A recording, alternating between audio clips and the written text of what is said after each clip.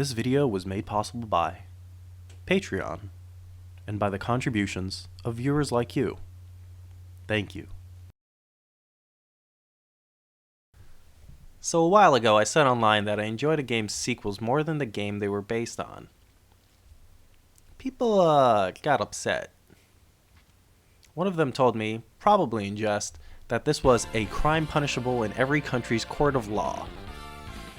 Whoa now, that sounds like a bit of an overreaction, right? Okay, but what if I told you that the game was Resident Evil 4, and that I said I enjoyed playing Resident Evil 5 and 6 better? Now you probably agree with those people. Really, how can anyone think that Resident Evil 5 and 6 are better games than Resident Evil 4? But that's not what I said or what I believe.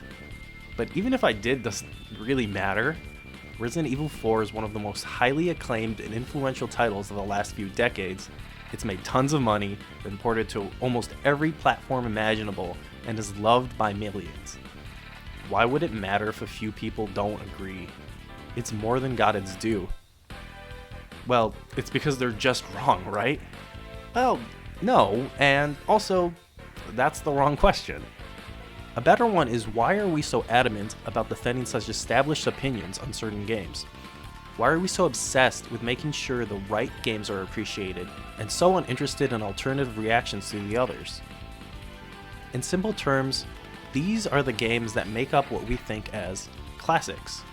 Or another way of looking at it, this is our video game canon. That's canon with one N in the middle, not two. Canon is defined as a general law or criterion by which something is judged, or alternatively, a collection of sacred texts. As in other media, canon forms the body of work which we consider historically and artistically important. For games, however, our view of canon seems to skew more towards the sacred text side. There's an almost religious view of games like Super Mario Bros., Super Metroid, or Doom. Some games are so revered, we judge entire genres on their relationship to those games. See Metroidvania, roguelike, or Souls-like. Even when those relationships aren't so explicit, they seem to run under the surface. How many times have you heard a platformer compared to Mario 64 or Super Mario Bros.? The problem isn't whether or not these classics deserve this praise or attention, but that we tend to look down upon games that don't measure to the standards of these games, even if they never intended to.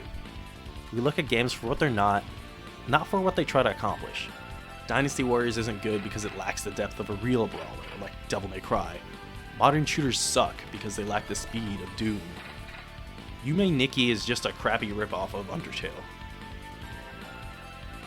Wait, what? Despite how ridiculous it might sound to have heard that last one, given that Yume Nikki directly inspired Undertale, this is a real thing that real people have said. And that comes to the other problem with the video game canon. It worships a certain set of big titles and lets everything else slip through the cracks. Our view of what's important doesn't have space for experiments or aberrations, and our short-sighted understanding of games history reflects that. There's so many interesting things in games history, but we're stuck talking about the same few games over and over. Worse still, we rarely accept critical reevaluations of older titles, and even dismiss games in the same series that don't conform to the expectations set by their other titles. That's why you see the sequels to games like Zelda, Metroid, and Castlevania shunned for the deviations to the formula, despite any unique merits they might have on their own. If we weren't so obsessed with our canon, maybe we'd have space to talk about how studios like Exact pioneered alternative approaches to 3D with games like Geograph Seal, Jumping Flash, and Ghost in the Shell. Maybe we could talk about the unique terror of Metroid 2's claustrophobic spaces and minimalist sound design. Or we could see how the deeply racist depictions of African nations displayed in Resident Evil 5 were permitted by the practices of Resident Evil 4's Spanish villages. We need to expand our definitions of what games are important, let alternative reactions exist, search out the quieter parts of our history, and judge games by their own merits instead of how well they imitate others. Games history is deeper than the few games that we think of as the classics, and we shouldn't limit ourselves to such a narrow view of it. And besides, punching people in the face feels way fucking better in Resident Evil 6 than it does in 4.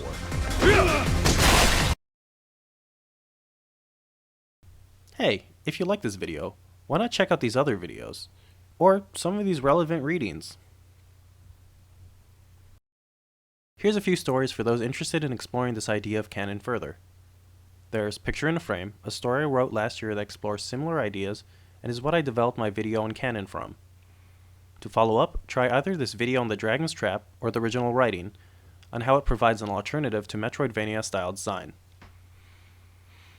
If you're interested in alternative approaches to 3D space, check out Lost Worlds Jumping Flash by Liz Ryerson, which tackles the unique ways Exact's Jumping Flash approaches early 3D and what makes it so evocative. And if you're interested on the history of games, check out The Vast Unplayable History of Videogames by Gita Jackson, which compares our lack of preservation to the lost age of film, as well as Towards an Art History for Games by Lana Polanski, which tackles how our obsession with games as a product comes into conflict with our understanding as games as art. Until next time, peace!